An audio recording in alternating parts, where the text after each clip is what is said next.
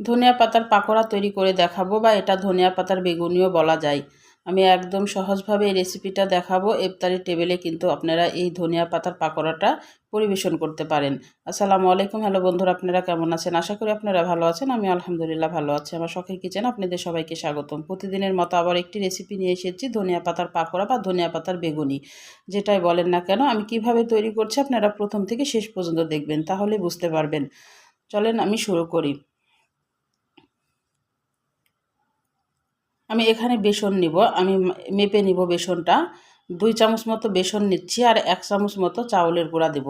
তাহলে একদম মুসমুসে আর খাস্তা হবে। অনেকক্ষণ ধরে কিন্তু এই ধনিয়া পাতার বেগুনিটা কিন্তু অনেকক্ষণ ধরে মুসমুসে খাস্তা থাকবে আর ফুলকো থাকবে, চাউলের গুঁড়াটা যদি অ্যাড করেন।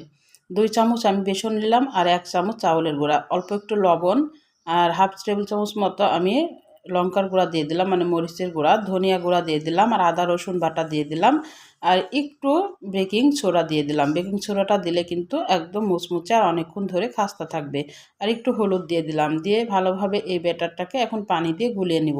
আর ব্যাটারটা খুব যে একদম গাঢ় বা পাতলা করা যাবে না, একটা মিডিয়াম আকারের একটা ব্যাটার তৈরি করতে হবে। আর যে মশলাগুলো আমি অ্যাড করলাম ব্যাটারে, এগুলো দিলে পাকোড়াটা খেতে অসম্ভব মজা লাগে। এই কারণে আমি এই মশলাগুলো অ্যাড করলাম। এখন অল্প অল্প করে পানি দিয়ে ব্যাটারটাকে তৈরি করে নিতে হবে, একবারে ঢেলে দেওয়া যাবে না। আর অল্প অল্প করে পানি দিয়ে হ্যান্ডাসের সাহায্যে যদি ব্যাটারটা তৈরি করা হয়, ব্যাটারটা কিন্তু ফেটানো হয়ে যাবে। আর ব্যাটারটা অবশ্যই একটু ভালোভাবে সময় নিয়ে ফেটাইতে হবে, তাহলে কিন্তু ফুলকো ফুলকো হবে আর মুচমুচে খাস্তা হবে। আর চাউলের গুঁড়া দেওয়া আছে, এমনিতেই খাস্তা হবে। এই ধনিয়া পাতার পাকোড়াটা কিন্তু খেতে খুবই ভালো লাগে। আপনারা ইফতারির টেবিলে এটাও কিন্তু রাখতে পারেন।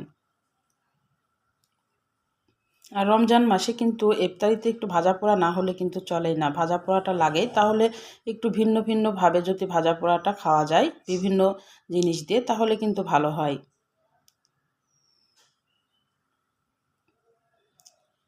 ভালোভাবে ফেটিয়ে আমি এটাকে 10 মিনিট রেস্টে রেখে দিব। চাউলের গুঁড়া আছে, চাউলের গুঁড়াটা ফুলবে। ধনিয়া পাতাটা ভালোভাবে পরিষ্কার করে ধুয়ে রেখেছি, পানি ঝরিয়ে রাখতে হবে, পানি যেন না থাকে সেজন্য আমি একটা ঝাঁঝরিতে রেখে দিয়েছি। আর এভাবে গোটা গোটা করে রাখতে হবে, আর খালি গোড়াটা ফেলে দিতে হবে ময়লাটা দেখে। এবার আমি 10 মিনিট পর ফিরে আসলাম, ব্যাটারটা আর একটু নেড়ে নিতে হবে। ব্যাটারটা যত ফেটানো যায় তত কিন্তু ভালো হয় পাকোড়াগুলা।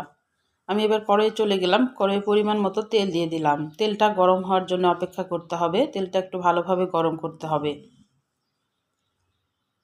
এবার কয়েকটা ডাটা নিয়ে নিলাম, এভাবে দিয়ে ব্যাটারের সাথে এভাবে চুবিয়ে নিতে হবে। চুবিয়ে নেওয়ার পর এক্সট্রা যে ব্যাটারটা আছে সেটা একটু ফেলে দিতে হবে, এভাবে একটু ঝেড়ে ফেলতে হবে, তারপরে তেলে দিয়ে দিতে হবে। একে একে আমি এইভাবে সবগুলা ব্যাটার দিয়ে দেব, পাকোড়াগুলা দিয়ে দেব। জালটা এই পর্যায়ে মিডিয়ামের থেকে লোয়ের মাঝামাঝি করে দিতে হবে, দিয়ে এটা মুচমুচে করে ভেজে নিতে হবে, কালার আসা পর্যন্ত অপেক্ষা করতে হবে। খুবই সহজ, কিন্তু খেতে কিন্তু দুর্দান্ত হয় এই ধনিয়া পাতার পাকোড়াগুলা।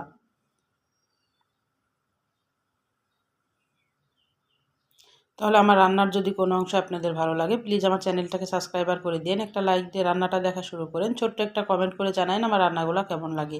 পাশে থাকা বেল আইকনটা প্রেস করে দিন, আমি যখন এরকম নতুন রেসিপি আপনাদের মাঝে হাজির করবো, আপনাদের কাছে যেন আগে ভিডিওটা চলে যায়।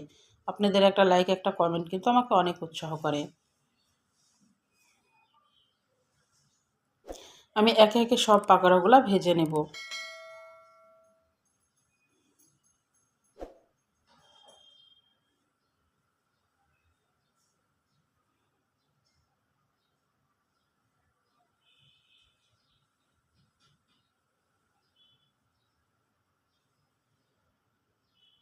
কালার আসা পর্যন্ত একটু অপেক্ষা করতে হবে, তাহলে যেহেতু পাতা ডাটা আছে, ডাটাগুলোও সিদ্ধ হয়ে যাবে।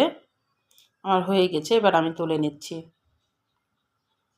দেখে বুঝতে পারছেন খুবই লোভনীয় হয়েছে। তাহলে আজকের মতো বিদায় নিচ্ছি। আপনারা সুস্থ থাকবেন, ভালো থাকবেন। আবার কোনো নতুন রেসিপির সাথে হাজির হব। আল্লাহ হাফেজ।